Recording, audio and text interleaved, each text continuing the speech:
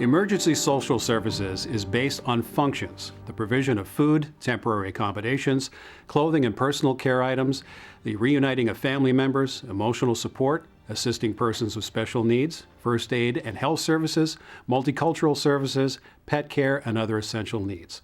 In small events, 1 or 2 workers may be able to do all of these functions, while some disasters could require 20 or even 200 ESS workers to provide these same services.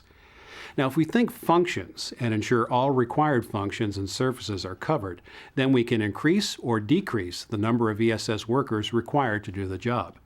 It is important to note that not every function may be filled or addressed in every emergency. The situation at hand will dictate the functions required.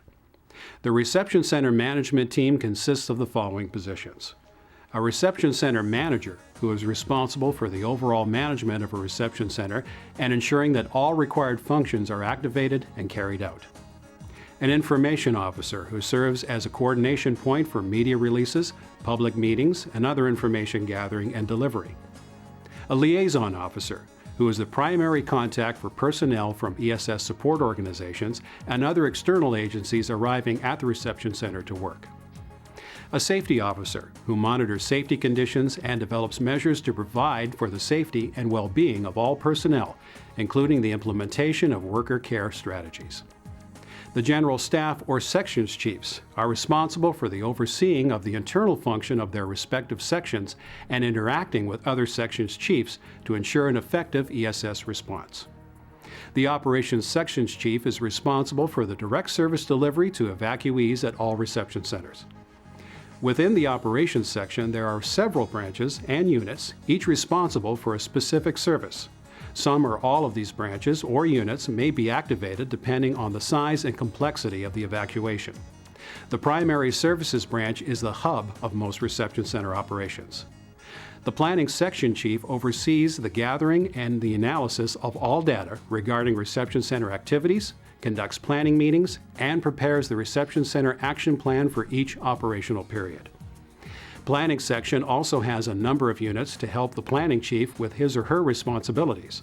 The documentation unit is needed for every reception center activation. The logistics section chief is responsible for providing all the support needs and resources for the reception center. This includes, but is not limited to, supplies, equipment, personnel, refreshments, facility maintenance, and communications.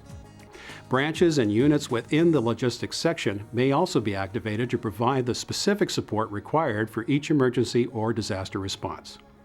The financial section chief monitors reception center costs, administers any EOC-approved procurement contracts in conjunction with logistics, and ensures that all financial records pertaining to the operation of the reception center are maintained throughout the event. Units in the finance section may also be activated to assist with these tasks as needed. The ESS director is not part of the organizational chart, but the reception center, as he or she will likely be located at the local authority EOC, filling the role of the ESS branch coordinator within the operations section. More information about the ESS director's role can be found in the operational guidelines.